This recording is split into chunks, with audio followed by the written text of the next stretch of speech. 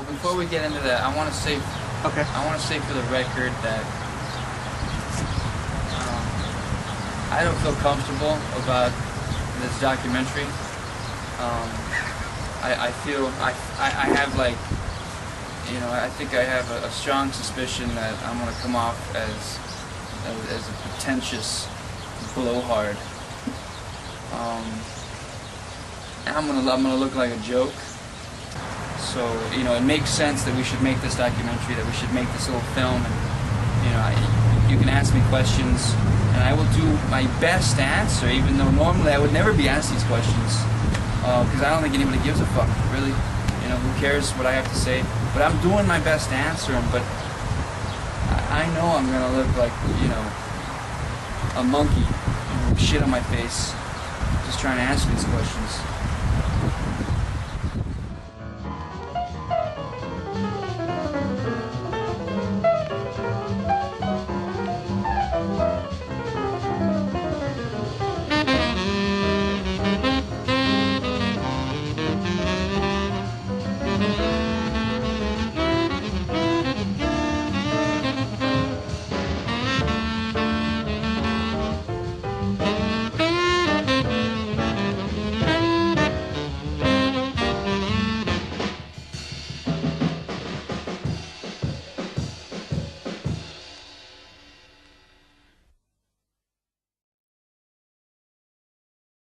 Place that it's in the book, but it never got named because it doesn't need a name.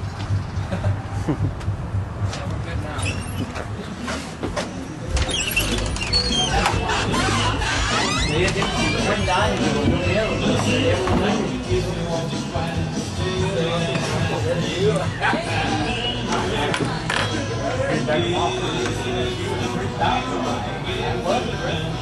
Right there,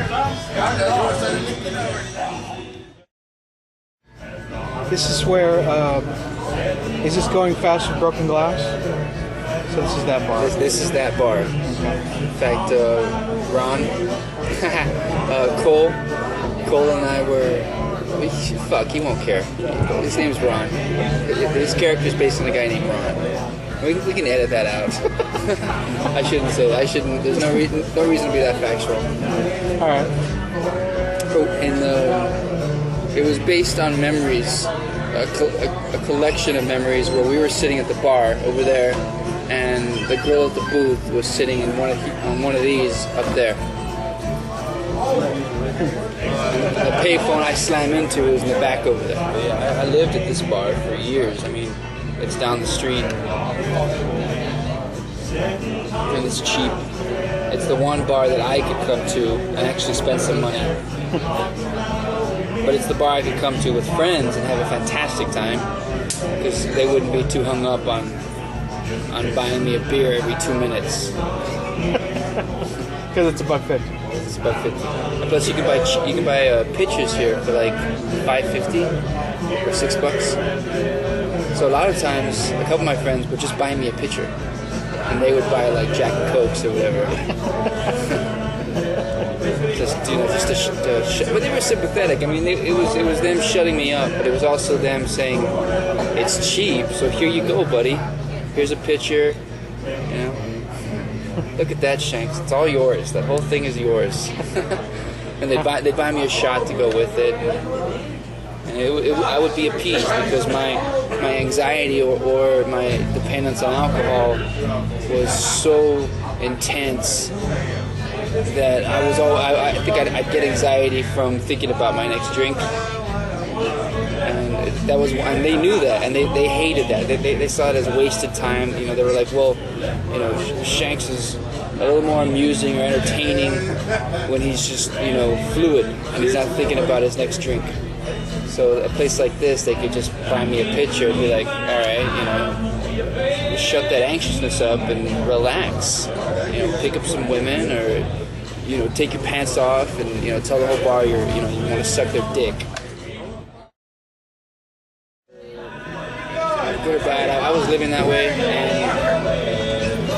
it's ridiculous to assume that, you know, it's cool to live that lifestyle. I wasn't living that way because I thought it was cool. I was just living that way because I found myself there, and I didn't care. I didn't want to get a job. I didn't want to go to school. I was too tired to get into dating and the whole sort of, you know, the charades necessary to go through dates and to get laid.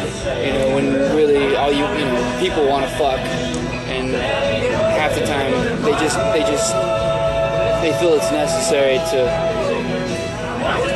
interact and bullshit each other, you know, to come. And I was tired of all that. I just thought, you know, fuck all this. I don't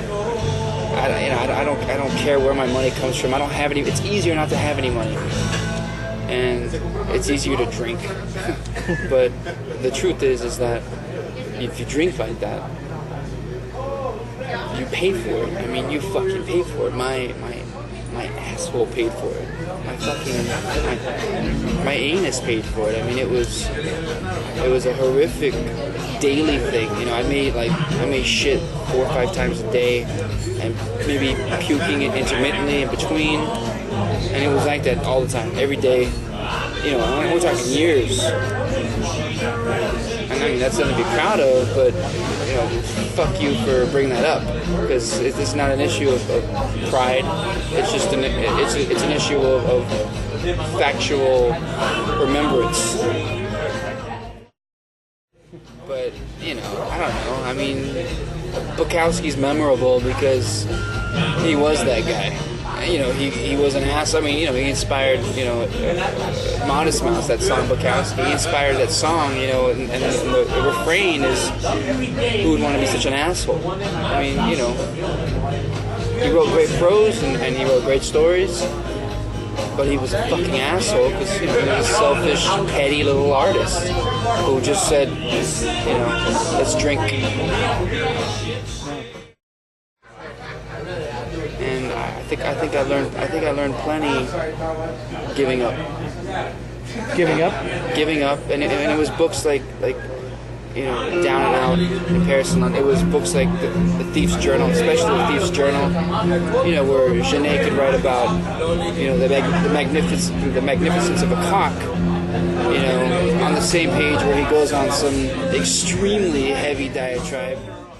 He was both highly intellectual, almost, you know, he'd put you off, and also incredibly, you know, unapologetically frank.